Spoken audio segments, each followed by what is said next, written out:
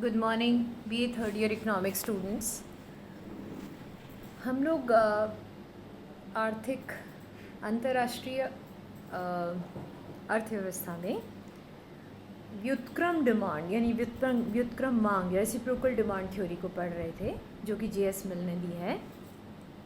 और इसमें हम पढ़ रहे थे कि विशिष्टीकरण के पश्चात की क्या स्थिति थी, और मैंने आपसे चर्चा की थी कि विशिष्टीकरण के पश्चात दोनों देशों में विनिमय अनुपात कैसा होगा वो हम डिस्कस कर रहे थे। तो हम वहीं से शुरू करते हैं वापस कि जे.एस. मिल ने इस बात का उत्तर दिया कि विशिष्टीकरण के बाद दोनों देशों में कैसे एक्सचेंज यानी कि विनिमय अनुपात होगा। तो इसमें विनिमय अनुपात को लेकर के हम बात कर रहे हैं। तो प्रोफेसर मिल के अनुसार विनिमय अनुपात को की संभावित सीमाओं का जो निर्धारण है वो किया जाएगा किसके आधार पर? श्रम की कुशलता द्वारा। श्रम की कुशलता द्वारा क्या, जैसे कि जो कि घरेलू विनिमय अनुपात है ना, जो स्थापित होता है उसके आधार पर, उस अनुपात के आधार पर ये जो आपस में दोनों देशों का जो विनिमय है वह भी, उसका भी वह तय होगा जो अनुपात है।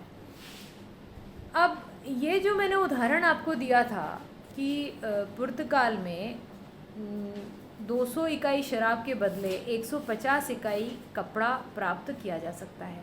अगर वो 200 इकाई शराब नहीं बनाते तो वो 150 इकाई कपड़ा बनाएंगे, है ना। और सारी लेबर अगर कपड़ा बनाने में लग जाती है, 150 इकाई बनाती है तो 150 इकाई बना लेगी। अगर वो सारी लेबर शराब बनाने में लग जाती है तो फिर वो कपड़ा नहीं बनाएगी, तो 150 इकाई कपड़ा नहीं बना करके 200 इकाई शराब बनाएंगे।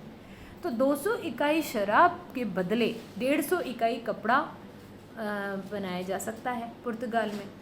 और दोनों वस्तुओं के उत्पादन में बिल्कुल एक समान श्रम लागत निहित होने के कारण पुर्तगाल में 200 इकाई शराब का मूल्य 150 इकाई कपड़े के बराबर हो गया। ये क्लियर हो गई बात।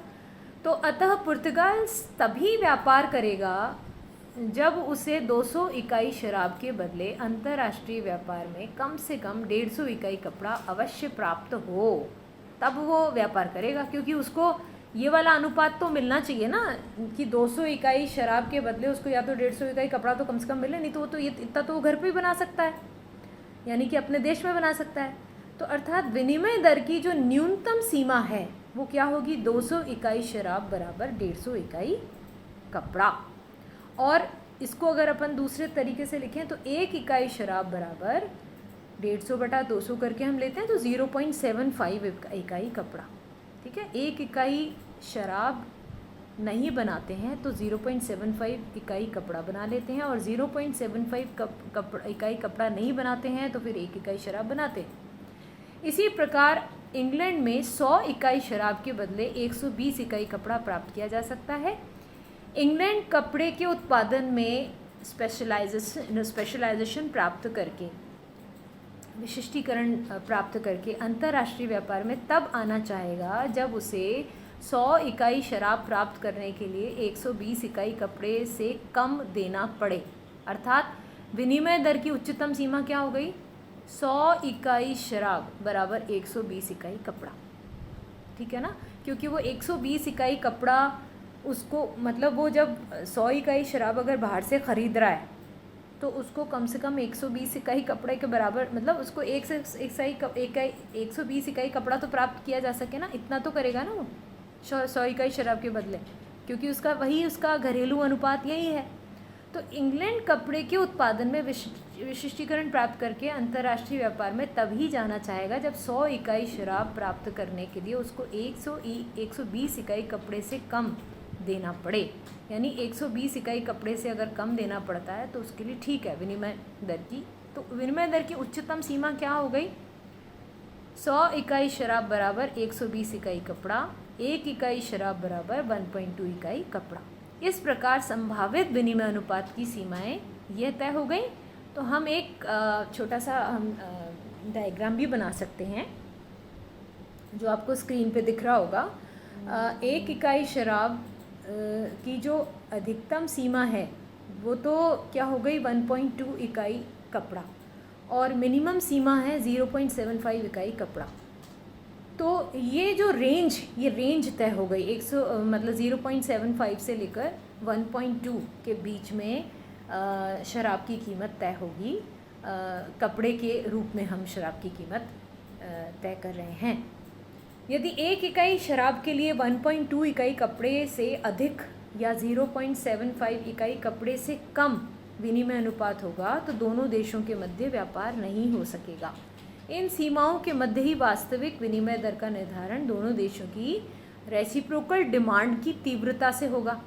अब रेसिप्रोकल डिमांड क्या होता है? रेसिप्रोकल डिमांड मतलब मेरी वस्तु की मांग, यानी कि मेरे देश की वस्तु की मांग, अगर इंडिया की वस्तु की मांग अमेरिका में कितनी है वो तीव्रता, तो वो तो रेसिप्रोकल डिमांड हो गया ना।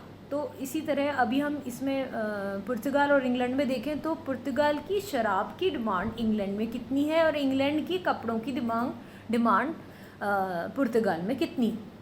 तो इसकी तीव्रता क्या है, इन मांगों की तीव्रता क्या है? अगर मांग ज़्यादा है तो जैसे मान लीजिए कि पुर्तगाल की शराब की डिमांड इंग्लैंड में ज़्यादा है तो पुर्तगाल के फेवर में चला जाएगा।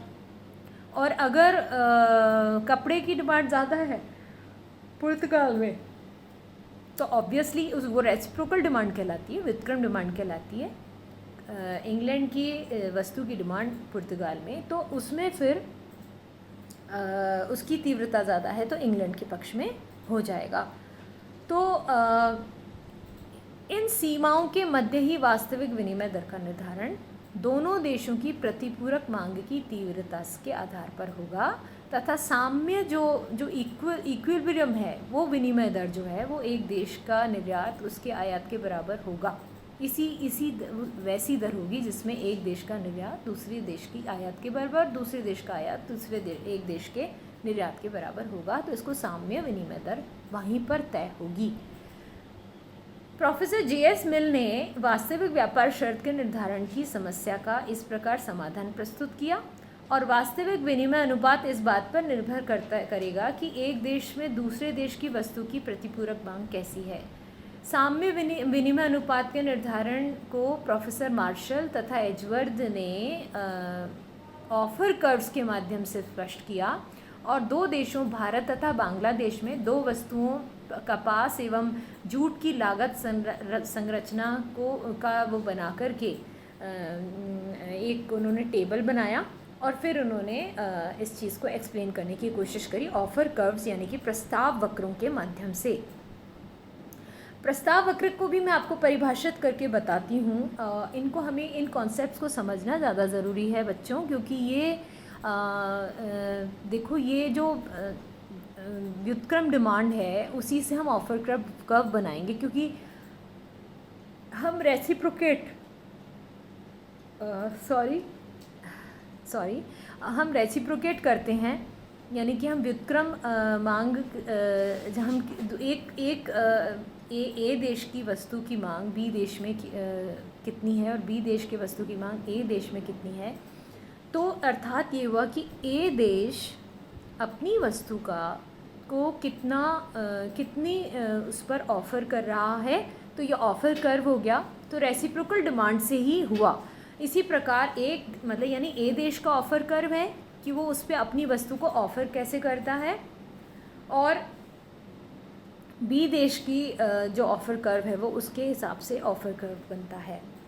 तो ये ऑफ़र कर्व्स जहाँ पर इंटरसेक्ट होते हैं वहाँ पर टर्म्स ऑफ ट्रेड डिसाइड होता है।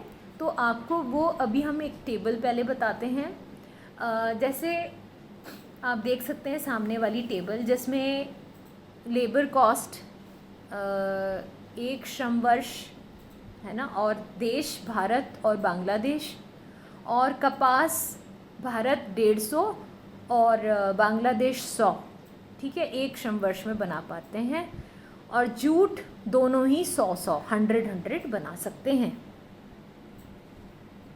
अब इस वेरी सॉरी स्टूडेंट्स, इस आधार पर हम आप देखिए इस टेबल में इस टेबल के आधार पे हम एक डायग्राम बना सकते हैं, और वो डायग्राम किसका बनाएंगे हम? उत्पादन संभावना वक्र का। उत्पादन संभावना वक्र यानी प्रोडक्शन पॉसिबिलिटी कर्व, जो कि ये बताता है कि एक देश एक वस्तु का किस हद तक उत्पादन कर सकता है अपने सारे रिसोर्सेज का इस्तेमाल करके। तो अब उत्पादन संभावना वक्र में हम क्या क्या देखेंगे? जूट और कपास दोनों का उत्पादन एक ए देश कितना कर पा रहा है और बी देश, यानी ए देश मान लीजिए भारत है और बी देश मान लीजिए बांग्लादेश है, तो वो मैक्सिमम दोनों का प्रोडक्शन कितना कर सकते हैं, तो वो हम कर्व ड्रॉ करते हैं। तो आप देखिए 150 तो वो कपास बना सकता है भारत और 100 वो जूट बना सकता है, तो 150 और 100 को हमने मिला दिया तो वो उसकी उत्पादन संभावना वक्र बन गया एक सीधी रेखा में। इसी प्रकार, क्योंकि हमने पहले भी आपको बताया था कि कांस्टेंट रिटर्न्स टू स्केल पर आधारित है, समान प्रतिफल नियम के आधार पे है, जितना इनपुट हम लगाते हैं उतना ही आउटपुट होता है। तो इसमें इनपुट अगर हम बढ़ता हुआ लगाते हैं तो इनपुट भी बढ़ता हुआ होगा, यानी लेकिन उसको हम समान प्रतिफल मिल रहे हैं। अगर हम इनपुट कम करते हैं तो उत्पादन भी कम हो जाएगा, लेकिन अगर मान लीजिए हम कम इनपुट लगाते हैं और उत्पादन बढ़ता चला जाता है तो हम कहते हैं वर्धमान प्रतिफल नियम, और घटता है तो हम कहते हैं ह्रासमान प्रतिफल नियम। ये मैंने आपको पहले भी जिक्र किया था। तो इसमें चूँकि इसलिए सीधी रेखा बनी हुई है क्योंकि ये कांस्टेंट रिटर्न्स टू स्केल पर आधारित है, पर आप इसे अभी यहाँ तक समझिए कि एक सीधी रेखा के उत्पादन संभावना वक्र बने हुए हैं। तो ये भारत का जो उत्पादन संभावना वक्र है वो जूट और कपास का वो इतना है, और बांग्लादेश का उत्पादन संभावना वक्र ये है।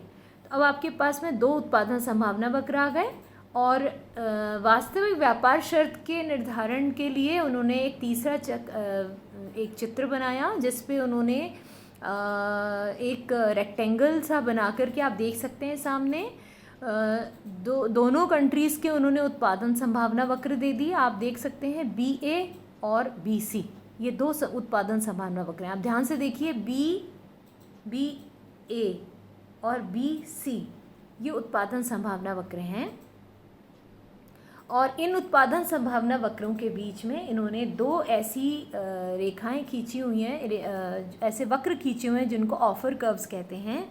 ये दोनों के ऑफर कर्व्स हैं, प्रस्ताव वक्र हैं। तो रेखा चित्र से ये स्पष्ट है कि भारत का उत्पादन संभावना वक्र AB है, जिसका मूल बिंदु 0 है, और बांग्लादेश के उत्पादन संभावना वक्र BC का मूल बिंदु O' है। दोनों देशों का पूर्ण विशिष्टीकरण का बिंदु B है, जहां भारत केवल कपास का एवं बांग्लादेश केवल जूट का उत्पादन करता है। दोनों देशों के उत्पादन संभावना वक्रों AB तथा BC के बीच का तिकोना खुला हुआ भाग जो है वो जो व्यापार का प्रभावशाली क्षेत्र कहलाता है। आप देखिए इसमें प्रभावशाली क्षेत्र कौन सा है व्यापार का? BKB यानी BNM या BMN, ये दिख रहा है आपको, है ना? ये दोनों देशों का वो है।